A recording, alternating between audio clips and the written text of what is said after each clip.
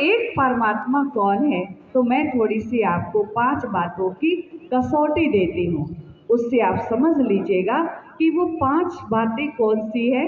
तो सबसे पहली बात है कि परमात्मा वो है जो जन्म मरण रहित है, जो जन्म मरण के चक्र में नहीं आता। राजयोग में परमात्मा जैसे आत्मा को समझना जरूरी है, ऐसे परमात्मा को भी समझना जरूरी है। कहते ना कि पत्ते पत्ते सींचने से फूल कभी खिलता नहीं, आत्मा के ज्ञान बिन परमात्मा मिलता नहीं। तो हमें उसके साथ मेडिटेशन करना है ना, उसके साथ अपने आप को कनेक्ट करना है। तो उसके साथ कनेक्ट करने के लिए हमें उससे सत्य को जानना बहुत जरूरी है। तो परमात्मा वो है जो जन्म मरण के चक्र में नहीं आता। वो कौन है जो जन्म मरण के चक्र में नहीं आता।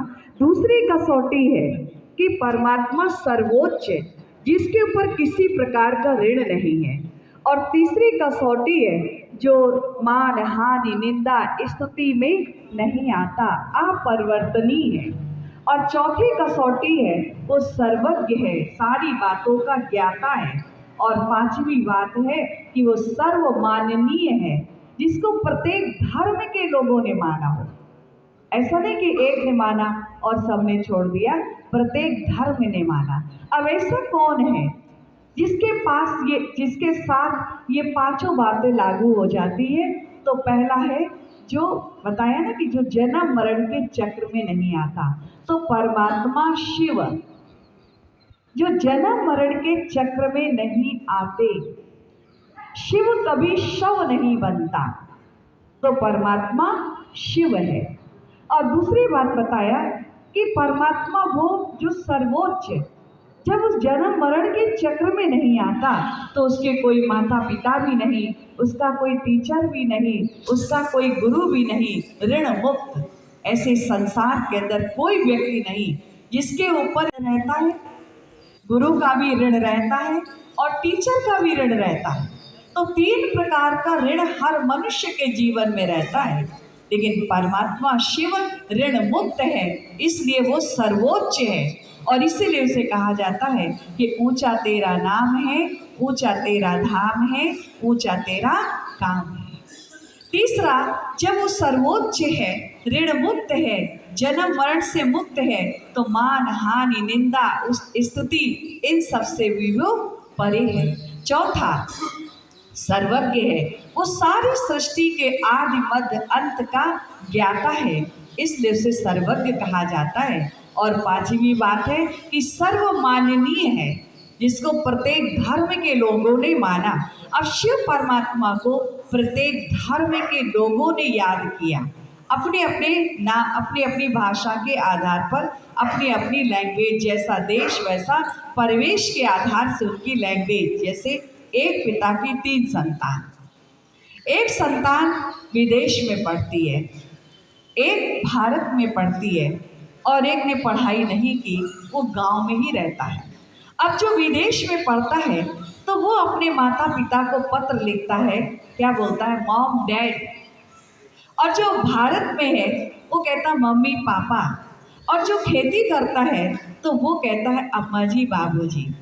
अब तीनों बेटों की लैंग्वेज चेंज है, तो लैंग्वेज चेंज होने से क्या माता पिता चेंज हो गए, क्या संबंध चेंज हो गई, क्या भावनाएं चेंज हो गई, क्या धारणाएं चेंज हो गई?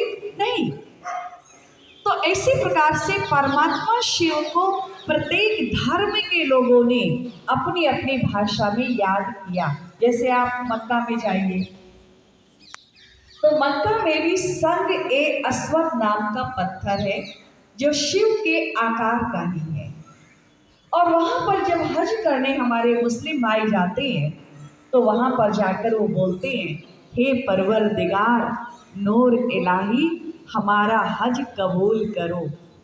क्योंकि जब आत्मा ज्योति स्वरूप है तो परमात्मा का स्वरूप भी ज्योति स्वरूप ही है। और उन्होंने कहा नूर इलाही, तो नूर माने क्या होता है, प्रकाश। और हम लोगों ने कहा तमसो माँ ज्योतिर्गमय, तो ज्योति माने क्या होता है, प्रकाश। तो नूर माने भी प्रकाश और ज्योति माने भी प्रकाश। आप देखिए कि अगर आप जापान में जाइए तो जापान में बौद्ध धर्म के लोग हैं, उन्होंने भी शिवलिंग ही 1.5 फुट की ऊंचाई पर रखा और उसी पर वो अपना ध्यान केंद्रित करते हैं और वो कहते हैं उनको जेहोवा। जेहोवा का मतलब होता है शांति का दाता। तो उन्होंने भी शिव परमात्मा को ही याद किया। अभी क्राइस्ट को ले लीजिए, जो क्राइस्ट के फॉलोअर्स क्रिश्चियन हैं, क्राइस्ट को भगवान मानते हैं, लेकिन क्राइस्ट ने कभी भी अपने को भगवान नहीं कहा। भगवान अपने लिए उन्होंने कहा सन ऑफ गॉड, अपने को गॉड का बच्चा कहा, और भगवान के लिए कहा गॉड इज लाइट। तो लाइट, नूर, ज्योति में क्या अंतर है? कोई अंतर है? सब प्रकाश। तो सभी ने शिव को ही याद किया। अभी जैन धर्म के लोगों को लीजिए, तो जैन धर्म के लोग भी कहते हैं कि जब दीपावली आती है तो दीपावली के दिन वो भी कैंडल जलाते हैं और कहते हैं कि आज के दिन अगर कैंडल जलाएंगे तो सिद्ध शिलापति शिव धाम को प्राप्त होते हैं। तो उन्होंने भी किसको याद किया? शिव को ही याद किया। तो प्रत्येक धर्म के लोगों ने, गुरु नानक जी ने भी यही कहा, एक ओंकार नाम सप्त एक है। तो उन्होंने भी शिव को याद किया। तो प्रत्येक धर्म के लोगों ने किसको याद किया? शिव को याद किया, अपनी अपनी लैंग्वेज में शिव को याद किया। और प्रत्येक धर्म के लोगों ने तो याद किया ही है, लेकिन देवताओं ने भी शिव को याद किया। श्री राम ने भी लंका पर चढ़ाई करने के पहले किसकी पूजा की थी?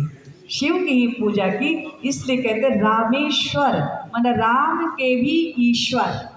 आप वृंदावन में जाइए तो श्री कृष्ण के आगे शिवलिंग है और उन्हें कहा जाता है गोपेश्वर, माना श्री कृष्ण के भी ईश्वर।